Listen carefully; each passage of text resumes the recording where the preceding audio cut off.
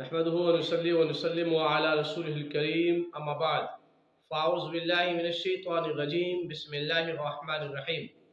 नाज़रीन, आज आपके सामने एक अहम मौजू ज़ेर बहस लाना है कि मगरिब की नमाज 2 रकत किसी बंदे की रह गई है तो अब वो उसको कैसे अदा करे। नाज़रीन, ये अक्सर लोगों में गलती पाई जाती है। दीन का इल्म ना होने की वजह पर शरीयत मुतहरा से जुस्तजू ना जोड़ने की बुनियाद पर वो इस गलत फहमी का शिकार हो जाते हैं। चूँकि दीन इस्लाम हासिल करने के लिए हमने आज तक वक्त नहीं निकाला कि हमें दीन इस्लाम के बुनियादी उलूम हासिल हो सकें, जबकि दीन इस्लाम के बुनियादी उलूम का हासिल करना, फ़राइज़ की हद तक ज़रूरियात दीन का हासिल करना, यह हर मुसलमान के फ़राइज़ में शामिल है। लेकिन बदकिस्मती से हम शैतानी बहकावे में आ चुके हैं। हम दीन के इल्म के हुसूल के लिए अपने लिए वक्त नहीं निकाल सकते। दीन के इल्म को हासिल करने के लिए फुर्सत नहीं होती हमारे पास। लेकिन इसलिए नाज़रीन, हमसे ये गलतियाँ सरज़र होती है। फिर इसका इल्म नहीं होता। जब इल्म नहीं होता तो अपनी मनमानी कर रहे होते हैं, अपनी मर्जी से पढ़ रहे होते हैं। दीन इस्लाम का मसला पूछना हो, शरीयत की मालूमात लेनी हो तो हम दूसरों से लेना आर महसूस करते हैं। तो नाज़रीन, आज की इस वीडियो में आपको ये बताना है कि हमसे अगर ये गलती हो जाए तो हमने इसका इजाला कैसे करना है, और हमने मगरिब की 2 रकत रह जाए तो उनको अदा कैसे करना है। और दूसरा नाज़रीन, चूँकि आम तौर पे ये होता है कि जब हमारी ज़ुहर की 2 सुन्नत रह गई हैं, जो 2 रकत रह गई हैं, फ़र्ज़ जो इमाम के साथ पढ़ रहे थे, इसी तरह हमारी इशा के 2 फ़र्ज़ रह गए हैं, तो फिर अब हम जब 2 रकत अलहदा पढ़ेंगे तो उसका तरीक़ाकार एक अलहदा है।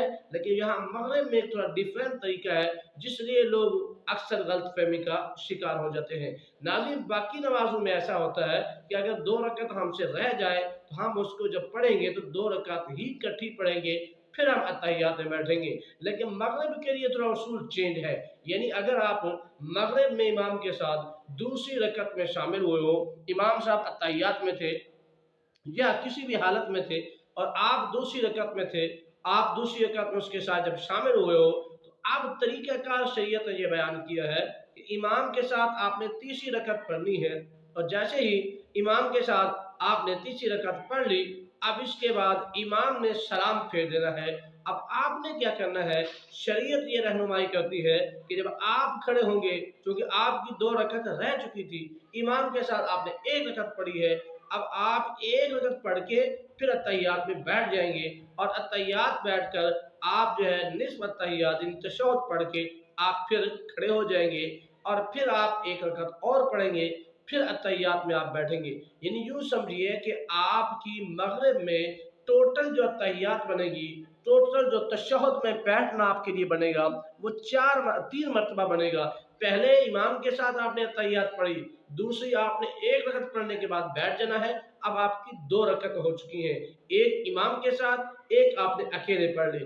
अब आप फिर खड़े होंगे और तीसरी रकत पढ़ेंगे और उसमें अलहम्द व तिलावत सारी करेंगे और उसके बाद फिर आप अत्तहियात में बैठेंगे। तो इस तरह से आपने तरीका इख्तियार करना है। यानी आप खड़े होंगे, 1 रकत पढ़ेंगे, अत्तहियात में बैठेंगे, फिर आपकी 2 रकत हो जाएंगी, फिर आप जो है तीसरी रकत पढ़ेंगे और तीसरी रकत पढ़ने के बाद फिर आप जो है मुकम्मल करने के बाद अत्तहियात में बैठेंगे। इस तरह आपकी मगरिब की जो रकातें रह गई थी, उनका तरीका शरीयत ने बयान किया है। उम्मीद है कि आपको मेरी बात समझ आ गई होगी। अल्लाह पाक हमें अमल की